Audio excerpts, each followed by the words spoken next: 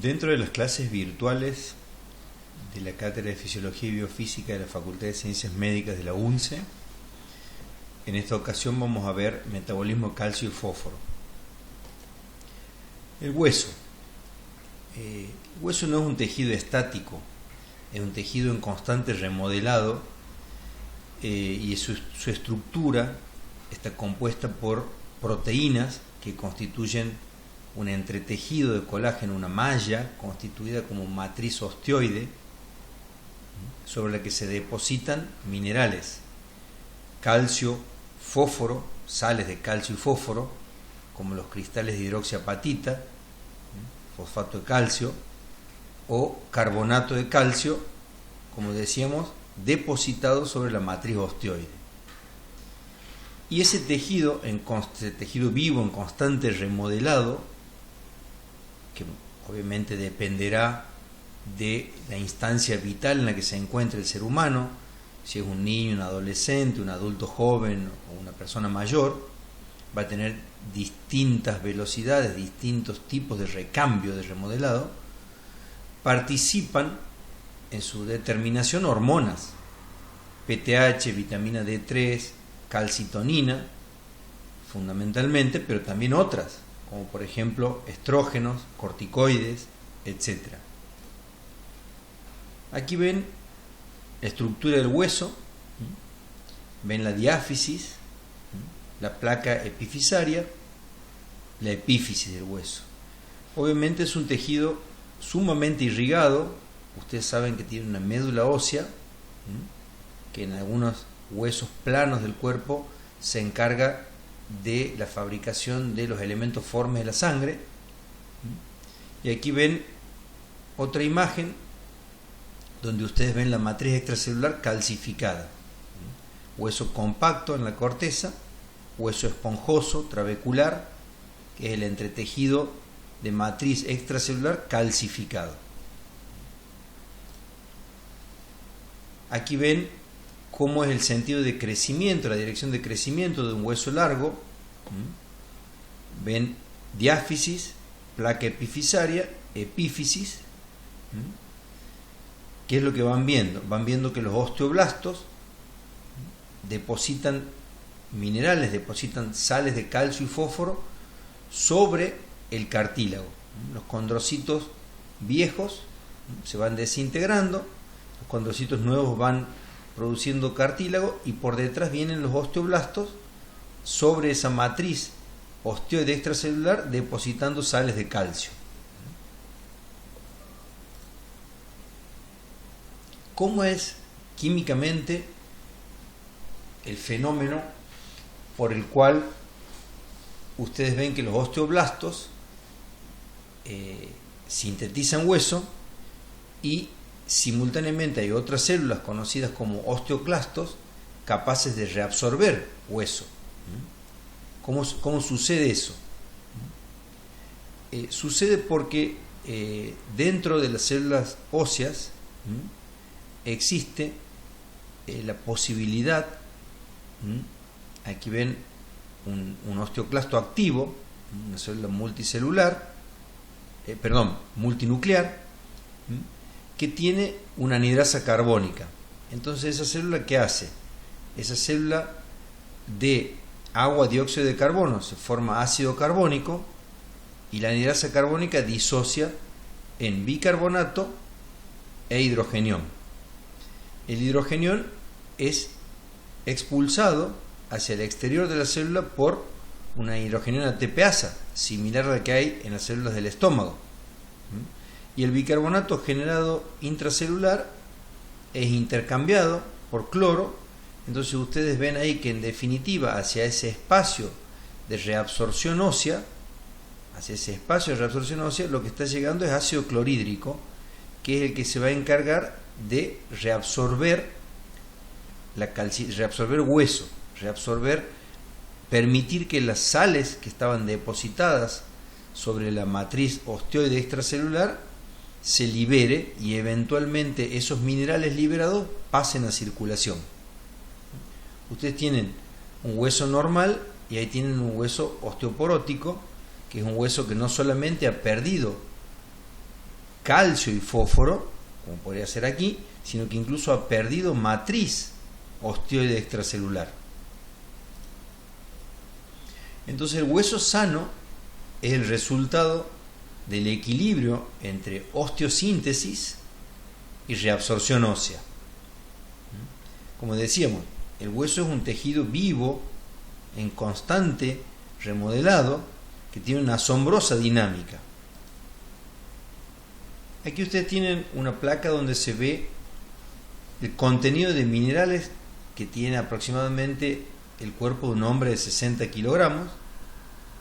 Ahí ven cantidad en gramos, aquí ven macrominerales y aquí ven microminerales o trazas.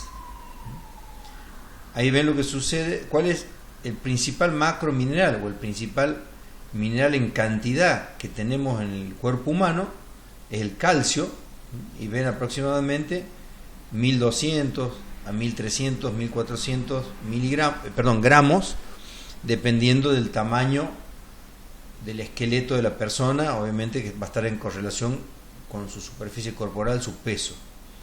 Luego viene el fósforo, aproximadamente 600 gramos, potasio, ven sodio, ven cloro, magnesio, y después minerales o trazas. Hierro, por ejemplo, 2,5 gramos de depósito corporal total, etc. Concepto de masa ósea. ¿A qué hace referencia esto? A una idea que por ahí nos olvidamos y no tenemos en claro, que es que los seres humanos acumulamos minerales, sales de calcio en nuestros huesos hasta aproximadamente la tercera década de la vida, cuando llegamos al pico de masa ósea entre los 25 y los 35 años. Ustedes ven ahí en varones y en mujeres que a su ritmo, pero más o menos entre los 30 y 35 años, llegan al pico de masa ósea. ¿Qué sucede después? Se comienza a perder, progresiva y lentamente se comienza a perder masa ósea. Y en el caso de las mujeres, se observa una acentuación en la pérdida después de la menopausia, que es lo que las hace susceptibles a fracturas de cadera y de cuerpos vertebrales con anterioridad a lo que sucede eventualmente en un hombre. Por eso es muy importante llegar al pico de masa ósea en las mejores condiciones posibles, y en el caso de las mujeres es muy importante la realización de tratamientos de hormonoterapia de reemplazo posmenopausia, con la idea de que la curva de pérdida de masa ósea de la mujer sea más parecida a la curva de pérdida de masa ósea del hombre. ¿Cómo se distribuye el calcio en el organismo? Ustedes ven ahí que dice que el 99% del calcio es intraóseo. Si ustedes tienen un 1% del calcio, que está por fuera de los huesos, que se encuentra en el extracelular, extraóseo. Extraóseo. Por ejemplo, en el líquido extracelular tienen el 0,1%. Calcio que ustedes van a medir está representado por esta pequeña fracción del calcio corporal total. El 1% del calcio que se encuentra fuera de los huesos tiene un 0,1% que se encuentra en el extracelular. El otro 0,9% se encuentra dentro de las células no óseas. Dentro de todas las células del organismo no óseas se encuentra el 0,9% del calcio. El otro 99% del calcio se encuentra en los huesos, depositado sobre la matriz osteoide extracelular, mineralizando el hueso. Y obviamente que ese calcio de los huesos va a tener un movimiento permanente en función del equilibrio que haya entre osteosíntesis y reabsorción ósea. va a salir de hueso mediante reabsorción por acción de PTH, calcitriol, que es vitamina D, cortisol. Se va a depositar más en hueso por acción de calcitonina, por ejemplo. Fracción de calcio extraóseo. De ese 1% de calcio que se encuentra fuera de los huesos, ustedes tienen el 50% que se encuentra como iónico, libre. Y el otro 50%, prácticamente un poquito menos, 40%, se encuentra unido a proteínas. Esto es un concepto importante porque si ustedes miden calcemia, van a medir calcio unido a proteína y calcio libre. Pero si esa persona tiene una desnutrición y su valor de proteína en sangre está disminuido, va a variar el resultado de la calcemia o calcio en sangre que ustedes están midiendo. Y hay fórmulas para ajustar el valor de calcemia en función de si el paciente tiene disminuido su valor de proteína en sangre. El fósforo, miren, a diferencia del calcio, que nosotros decíamos que el 99% se encontraba en los huesos, el 85% del fósforo se encuentra en los huesos. El otro 15% se encuentra fuera de los huesos. Y todo dentro de las células. ¿Formando qué? Formando ATP, GTP, etc. Solamente un 1% de ese fósforo que no está en los huesos es extracelular. Ustedes lo van a poder medir. ¿Cuáles son las funciones fisiológicas del calcio en el cuerpo humano? Más allá de ser parte de los minerales y las sales que se depositan y forman parte de los que dan la estructura al hueso, lo calcifican el hueso, tiene una estructura fisiológica en el resto de las células. Participa en la liberación de neurotransmisores, determina la excitabilidad de fibras nerviosas y musculares. Es esencial en la contracción muscular. Actúa en el intracelular como mensajero de innumerables señales. Es un cofactor muy importante en la cascada de coagulación de la sangre. ¿Qué funciones tiene el fósforo más allá de las funciones que conocemos en los huesos? Como almacenamiento de energía, lo habíamos dicho, constituyendo los fosfolípidos de la membrana celular, y formando parte de la estructura de ácidos nucleicos. Ahí lo ven. Ahora, dijimos que en la modulación, en el control del equilibrio entre osteosíntesis y reabsorción ósea, participan hormonas. ¿Y de dónde salen esas hormonas? De las paratiroides. Sintetizan y segregan paratormona. Las paratiroides son 4 o 6 glándulas pequeñas, del tamaño de un poroto, que se encuentran por detrás de la tiroides. A ambos lados puede haber 2 de cada lado o 3 de cada lado, por detrás de los lóbulos tiroideos, en la parte anterior del cuello. La paratormona es un péptido, tiene una producción, una vida media de aproximadamente 20 minutos, se transporta disuelta en plasma. El estímulo para su síntesis por parte de las células paratiroideas es la disminución de la concentración de calcio, que actúa sobre el receptor sensor de calcio. La disminución de la concentración de calcio, aumento de la concentración de fósforo, pero fundamentalmente disminución de la concentración de calcio, actúa sobre el receptor sensor de calcio en la célula paratiroidea, y eso hace que se sintetice y segregue PTH. ¿Dónde va a actuar PTH?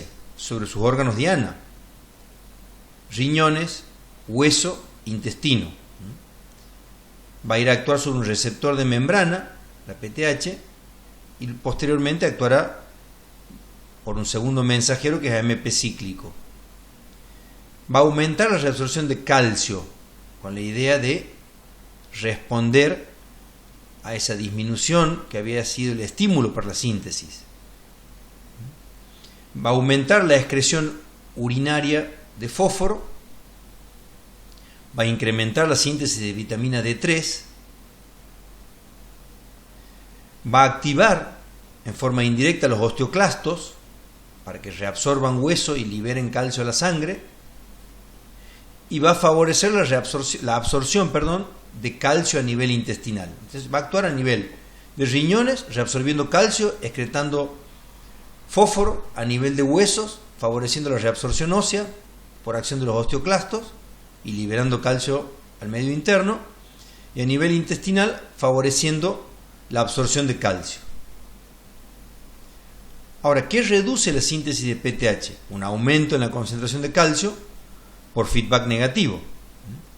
Y la vitamina D también disminuye la síntesis y la secreción de PTH. Entonces ahí tenemos una placa que nos permite repasar cuáles son los efectos de PTH tendientes a elevar los niveles de calcio, porque el estímulo para la síntesis de PTH y la secreción de PTH había sido la hipocalcemia. Entonces las acciones de PTH van a ser tendientes a elevar la concentración de calcio en el medio interno. Se disminuye la concentración de calcio en el medio interno, aumenta la fosfatemia, eso estimula el receptor sensor de calcio, aumenta la síntesis de PTH. Eso a nivel renal va a aumentar la reabsorción de calcio y la excreción de fósforo. A nivel intestinal va a favorecer la reabsorción de calcio y fósforo y va a activar los osteoblastos indirectamente van a activar los osteoclastos, y los osteoclastos van a reabsorber hueso por el mecanismo que habíamos visto antes de generar un medio ambiente ácido que va a ir reabsorbiendo el calcio y el fósforo depositado sobre la matriz osteoide, y ese calcio y fósforo va a pasar al medio interno. O sea que las acciones de PTH van a ser hipercalcemiantes, y eso va a constituirse en un feedback negativo que va actuando sobre el aparato, sobre la célula paratiroidea, va a disminuir la síntesis de PTH. Aquí tienen una plaquita donde se ve el receptor sensor de calcio, que es sobre donde actúa la hipocalcemia como estímulo en la célula paratiroidea. Entonces, si el receptor sensor de calcio sensa niveles elevados de calcio, inhibe la síntesis y secreción de PTH. Pero si el receptor sensor de calcio sensa hipocalcemia, estimula la síntesis y secreción de PTH. En caso de hipocalcemia, el receptor sensor de calcio actúa mediante proteína G, la generación de AMP cíclico incrementando la síntesis y liberación de PTH. E inversamente, si hay hipercalcemia, se activarían fosfolipasas, eso disminuiría la síntesis y liberación de PTH por la vía del inositol 3-fosfato.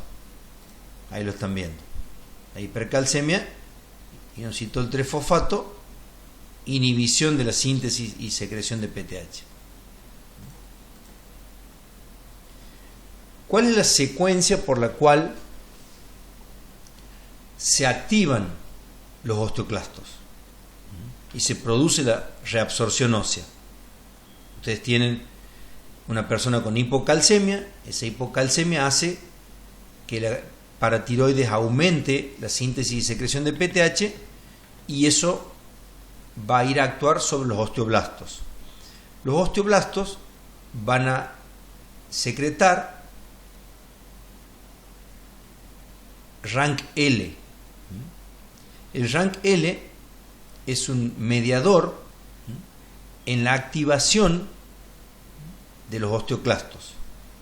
Ustedes ven ahí el RANKL liberado, va a activar sobre un receptor el osteoclasto, y el osteoclasto al cual se le unió el RANKL madura y comienza su tarea de reabsorción ósea,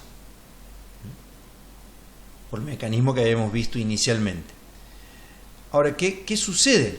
Si este fenómeno de reabsorción ósea se desencadena y se sostiene en forma descontrolada,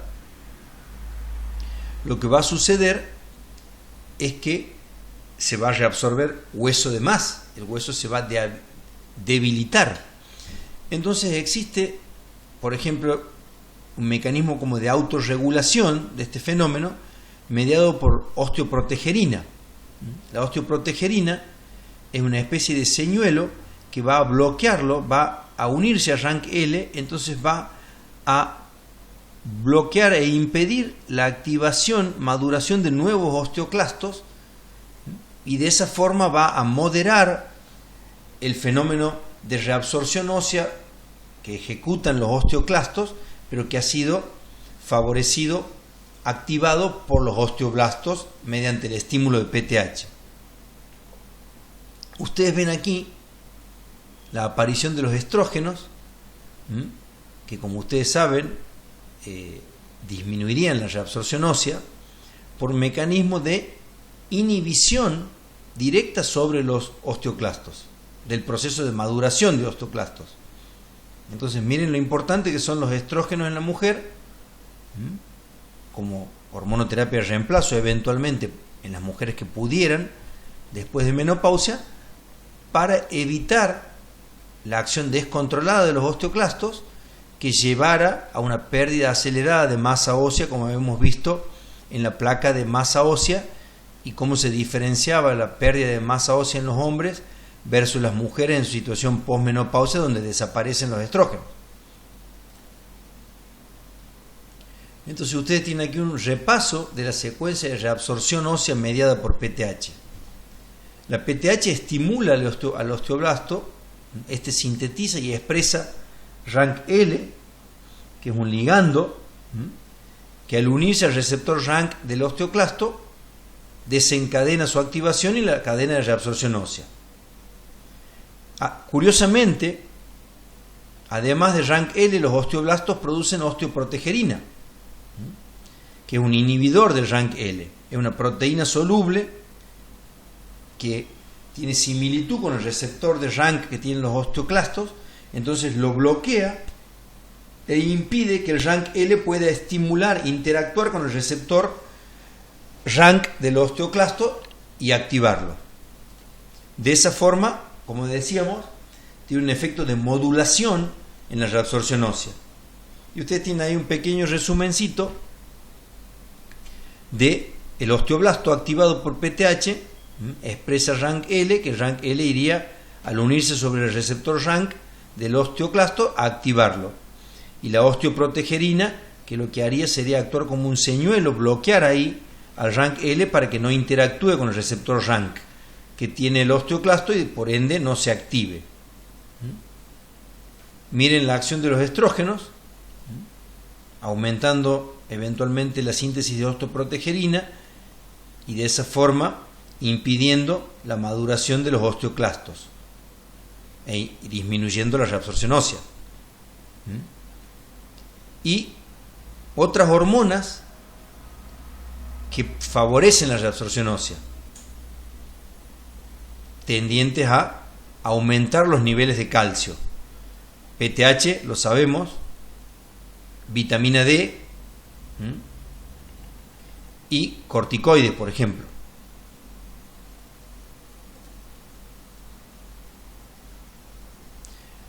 Ahora, existiría un péptido relacionado o símil PTH que es producido en las glándulas paratiroideas fetales, pero que lo mencionamos anecdóticamente, que actuaría sobre receptores de PTH renales y óseos, y sería importante en la maduración esquelética fetal.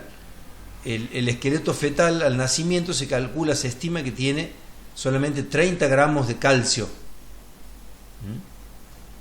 Entonces, este péptido símil o relacionado a PTH estimularía la proliferación de condrocitos y favorecería el desarrollo de estructuras cartilaginosas, esqueléticas, y evitaría la prematura mineralización ósea del esqueleto fetal en crecimiento. Ahora vamos a vitamina D. Vitamina D puede ingresar por determinados alimentos, pescado y lácteos fundamentalmente, por la dieta, o puede activarse desde nuestra piel ante la exposición al sol, a rayos ultravioletas. Entonces, la exposición solar, que es muy importante para la activación, para desencadenar la activación de vitamina D, fundamental para mantener las concentraciones de calcio en el medio interno que permitan una adecuada mineralización ósea, empieza con el desprendimiento desde las células de la piel de 7-dehidrocolesterol. Pasa a la circulación, llega a hígado, y en hígado el colecalciferol es hidroxilado. Sale desde el hígado como 25-hidroxicolecalciferol, vitamina D2. Va hacia el riñón, en riñón filtra en el túbulo contorneado proximal, se libera de la proteína transportadora, porque como es una hormona lipídica, tiene una proteína transportadora, y se libera de su proteína transportadora y se reabsorbe.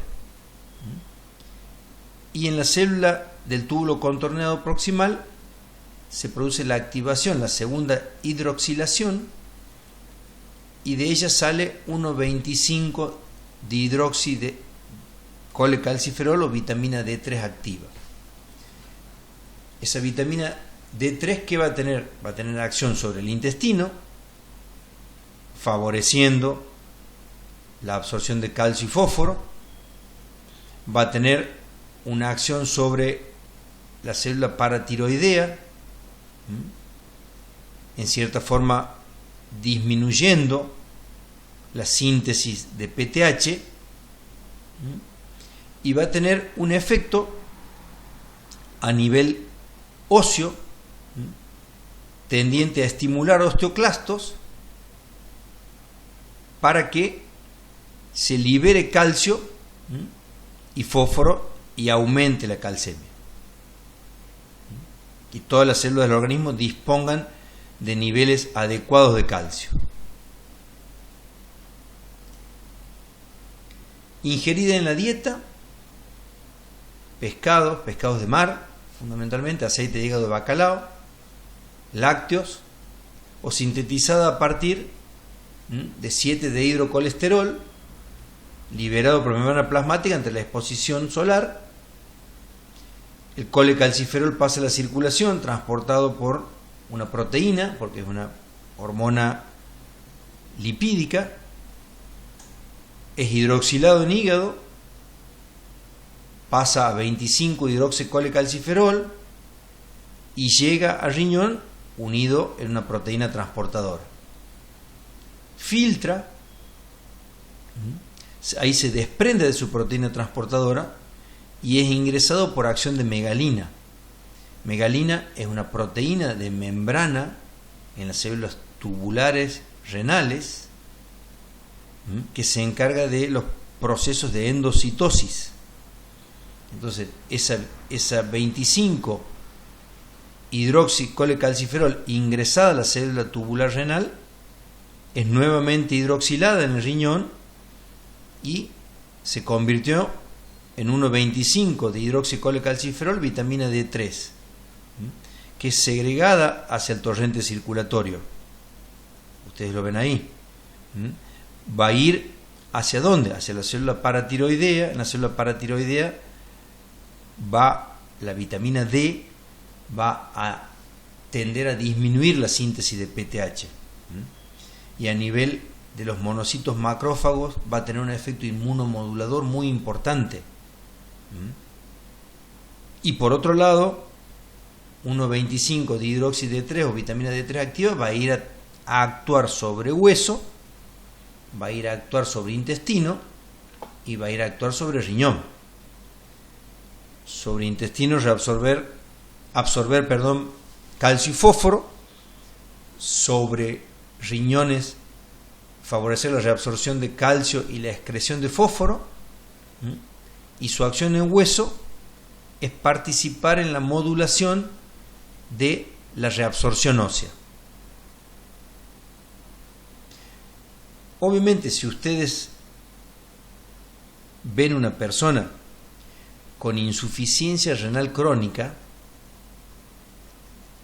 en la cual los riñones progresivamente, por diferentes enfermedades, van dejando de funcionar, pueden deducir sencillamente que esa persona va a tener dificultad en la síntesis de vitamina 1,25 de hidróxido D o vitamina D3 activa, porque estos fenómenos renales de activación de 25 hidroxicolecalciferol a 1,25 de hidroxicolecalciferol, que es lo que sucede en el riñón, va a estar disminuido o abolido en el caso de la insuficiencia renal. Por ende, nosotros en los pacientes con insuficiencia renal tendremos que darle suplementos de vitamina D. ¿Dónde actúa la vitamina D?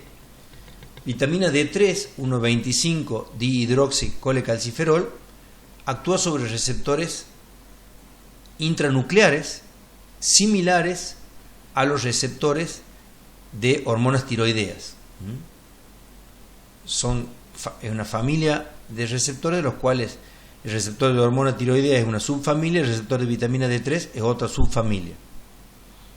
Y actuando sobre esos receptores nucleares, vitamina D3 incrementa la absorción intestinal de calcio, mediante un mecanismo que vamos a ver ahora.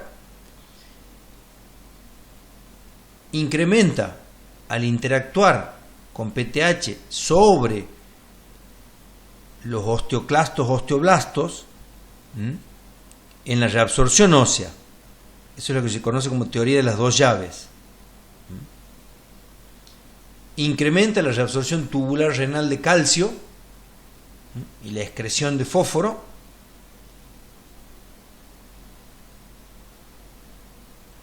Y a nivel de la célula paratiroidea, ¿qué hace la vitamina D3?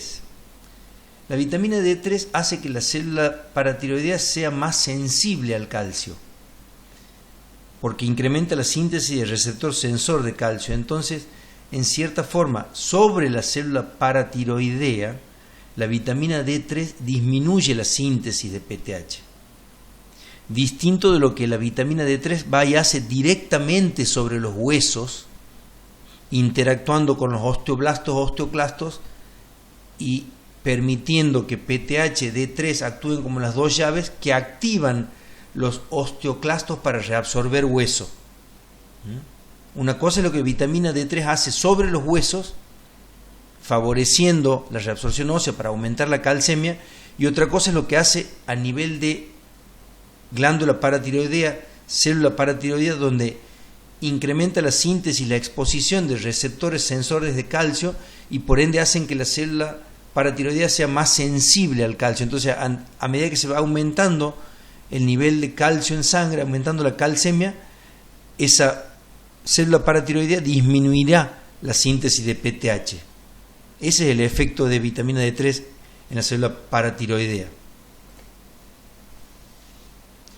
Aquí hay una placa donde se ve cómo se reabsorbe mediante el receptor luminal intestinal de calcio, una proteína intracelular del enterocito que es ligadora de calcio, la calvindina, y una bomba de transporte activo que es la que se va a encargar de mandar hacia el medio interno el calcio absorbido a nivel del enterocito. Entonces, cuando la dieta es pobre en calcio, que el organismo está ávido de absorber calcio, ustedes ven ahí la acción de 1,25 de hidroxicolecalciferol, vitamina D3 activa, sobre el receptor intranuclear de vitamina D3 y una activación, exacerbación de la vía de absorción de calcio mediante receptor luminal, proteína calvindina ligadora de calcio y bomba de transporte activo encargada de llevar el calcio hacia el medio interno. Ahora, si la persona tiene una dieta muy rica en calcio, este mecanismo es de una acción relativa y el calcio incluso puede ingresar por una vía paracelular directamente, por un canal de calcio, porque la dieta es una dieta rica en calcio, pero ante dietas pobres en calcio vamos a tener una acción exacerbada por vía de la vitamina D3. Calcitonina y su participación en el metabolismo óseo. Es un péptido producido en las células parafoliculares de la tiroides. Ustedes saben que la tiroides tiene el folículo tiroideo, donde se sintetiza y segrega T3 y T4, y hay células parafoliculares encargadas de producir calcitonina. ¿Cuál sería el estímulo para la liberación de calcitonina por parte de las células parafoliculares? La hipercalcemia. Entonces, ¿qué haría? Disminuiría la activación de los osteoclastos mediante la acción directa sobre un receptor de membrana, cosa de generar una disminución de la reabsorción ósea en virtud de que esa persona está con una concentración en el medio interno elevada de calcio. Pero en el adulto se conoce que tiene un rol relativo por cuanto es relativamente frecuente la cirugía de extirpación de tiroides, la tiroidectomía, y en personas en las cuales se ha realizado la tiroidectomía, que se supone que no tienen más células parafoliculares, no se observan trastornos del metabolismo del calcio significativo por la falta de calcitonina. Ahora sí tendría un rol importante en el embarazo. ¿Tendiente a qué? Tendiente a tratar de modelar, de disminuir la reabsorción ósea de la mujer embarazada, con el objeto de no generar un debilitamiento del esqueleto de esa embarazada. Por eso es muy importante en la nutrición de la embarazada el aporte de calcio, con la idea de que esa mujer mantenga niveles adecuados de calcio que no desencadenen los mecanismos de reabsorción ósea, tendiente a mantener el calcio en niveles adecuados para el aporte hacia el feto. Es muy importante que la mujer embarazada tenga un aporte nutricional adecuado de calcio, con la idea de minimizar la activación de osteoclastos y minimizar la reabsorción ósea. Entonces, muy importante a considerar la importancia de la hormonoterapia de reemplazo en la mujer menopáusica. Será un tema que lo verán más adelante durante la carrera en ginecología. Muy importante lo que se llama intervalo intergenésico, que es el tiempo que pasa en una mujer entre un embarazo y otro.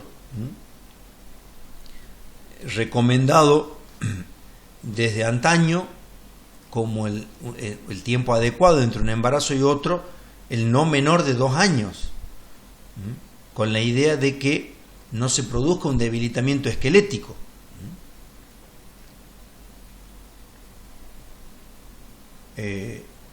¿Por qué? Porque ustedes tienen ahí que hormonoterapia de reemplazo, esteroides sexuales, estrógenos, disminuirían la reabsorción ósea por incremento de protegerina por acción sobre el osteoclasto, e incrementaría la acción de la 1-alfa hidroxilasa, entonces incrementaría la síntesis de vitamina D3 activa por parte del riñón, con la resultado final de el mantenimiento durante el mayor tiempo posible de un hueso más sano, más mineralizado. Y el intervalo intergenésico, ¿por qué? Porque prolactina incrementaría la reabsorción ósea, con la idea de que por más que la mujer no tuviera nutricionalmente durante su etapa de lactancia el aporte adecuado de calcio en su dieta, la mujer mantuviera niveles de calcemia adecuados, tendientes a la producción de leche que va a mamar ese bebé con niveles de calcio siempre estables. ¿Y de dónde saldría ese calcio si la mujer no tiene un aporte nutricional adecuado? ¿De dónde saldría el calcio que contendría la leche materna? Del hueso del esqueleto de la mujer. Ahora, conceptos que normalmente se confunden, que ustedes después van a ver en profundidad cuando estudien anatomía patológica, cuando estudien medicina interna, clínica médica, cuando estudien pediatría, son los de raquitismo y desnutrición. No es lo mismo, es distinto. El raquitismo es una enfermedad esquelética, una enfermedad de hueso. La desnutrición es una enfermedad de la persona por un déficit nutricional proteico-calórico. No tiene nada que ver una cosa con la otra. Normalmente se usan como sinónimos, pero raquitismo, también conocido como osteomalacia en el adulto, es un trastorno de la mineralización de la matriz ósea. Ustedes tienen matriz ósea, pero no la tienen mineralizada. Entonces se acumula osteoide no mineralizado. Entonces ustedes tienen un hueso blando. Esto afecta a las placas epifisarias del crecimiento y es lo que se conoce como raquitismo u osteomalacia, que no es nada que ver con desnutrición. La desnutrición es un cuadro patológico ocasionado por la ingesta insuficiente, la mala absorción de macro y micronutrientes. Cualquier niño, encontrándose en el contexto socioeconómico que fuere, puede sufrir raquitismo. Un chico de una familia de alto poder adquisitivo o eventualmente un chico de una familia humilde podrían sufrir raquitismo. Quizá el raquitismo es menos frecuente en chicos de familias de nivel socioeconómico no acomodados, porque son chicos que se exponen mucho más al sol, probablemente.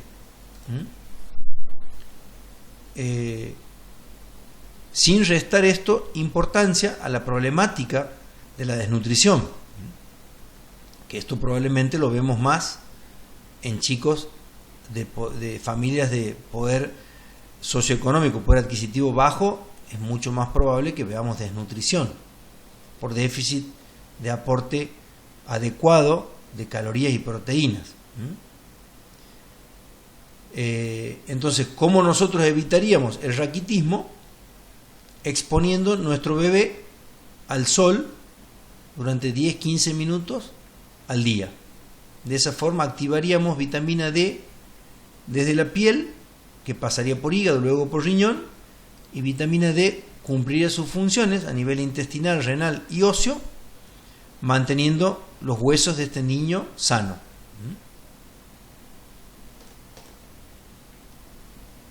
Y la diferencia entre osteomalacia y raquitismo versus osteoporosis.